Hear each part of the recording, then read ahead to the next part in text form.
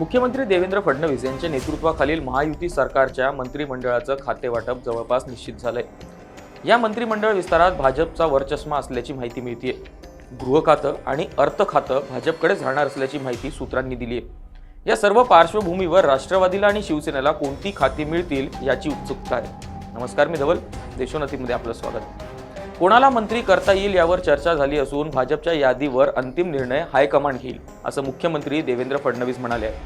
2 दिवसांपासून मुख्यमंत्री फडणवीस दिल्लीत आहेत। रात्री केंद्रीय गृहमंत्री अमित शाह आणि राष्ट्रीय अध्यक्ष JP नड्डांसोबतही फडणवीसांनी भेट घेतली।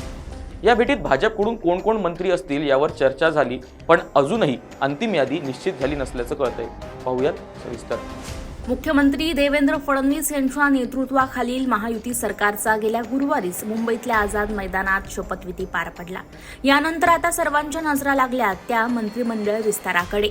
मंत्रिमंडळ विस्तारात गृह आणि अर्थ खात्यावरून सर्वाधिक रस्सीखेच असल्याची चर्चा आहे। या खाते वाटपाचा तिढा सोडवण्यासाठी मुख्यमंत्री देवेंद्र फडणवीस यांनी केंद्रीय गृहमंत्री अमित शाह यांची भेट घेतली। भेटीनंतर महायुती सरकारचं खाते वाटप निश्चित झाल्याची माहिती आता समोर आलेली आहे।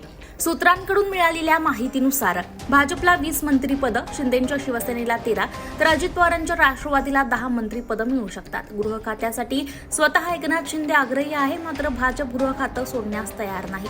गृह खात्यासह अर्थ खातंही भाजप स्वतःकडेच ठेवण्याची शक्यता आहे। गृह जर शिवसेनेला मिळणार नसेल तर अर्थ खातंही भाजपनं स्वतःकडेच ठेवावं अशी भूमिका शिवसेनेनं घेतल्याचं कळतंय।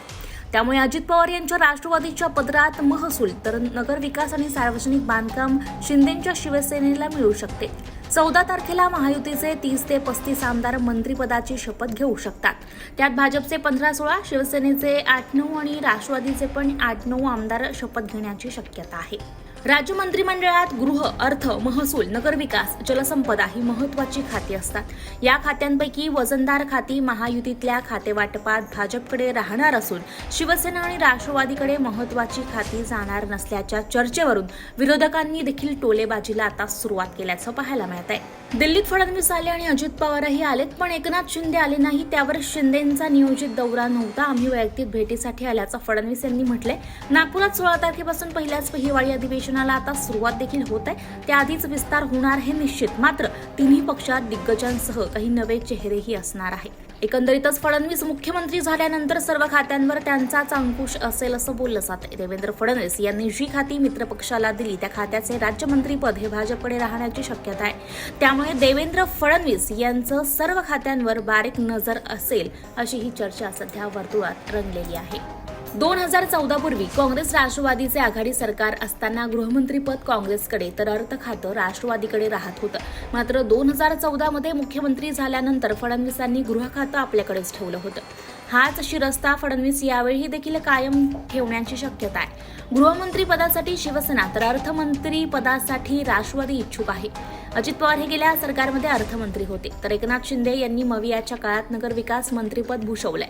अर्थ आणि गृहसारखी महत्त्वाची खाती मिळण्याची शक्यता नसल्यानं महायुतीचे घटक पक्ष ही कडू गोळी कशी पचवतायत याकडे सगळ्यांचंच लक्ष सध्या लागून आहे।